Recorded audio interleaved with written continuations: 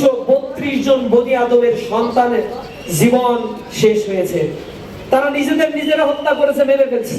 নিজেদের মারতে মারতে পরে দেখে এখন আরো কিছু মারা দরকার, তখন জামাত ইসলামী ছাত্র শিবিরের উপরে আঘাত করা শুরু করেছে।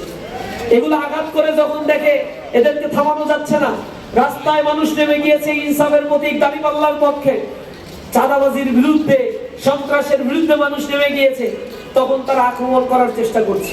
আমাদের মা বোনেরা যখন রাস্তায় নেমেছে, তাদের পোশাক খুলে নেয়ার হুমকি দিচ্ছে, তাদের গায়ে লাথি মারা হচ্ছে, কাপুরুষের মতো তারা মায়েদের গায়ে, বোনেদের গায়ে হাত দিচ্ছে। এটা তাদের দৈন্যতা আর রাজনৈতিক দেউলিয়াতের সর্বশেষ সীমায় তারা এখন উপনীত হয়েছে। জালেম যখন পতন হয়, সেই পতনের রাস্তা সে নিজেই তৈরি করে, অন্য কেউ তার রাস্তা তৈরি করে দেয়। এরা নব্য জালেমে পরিণত হয়েছে।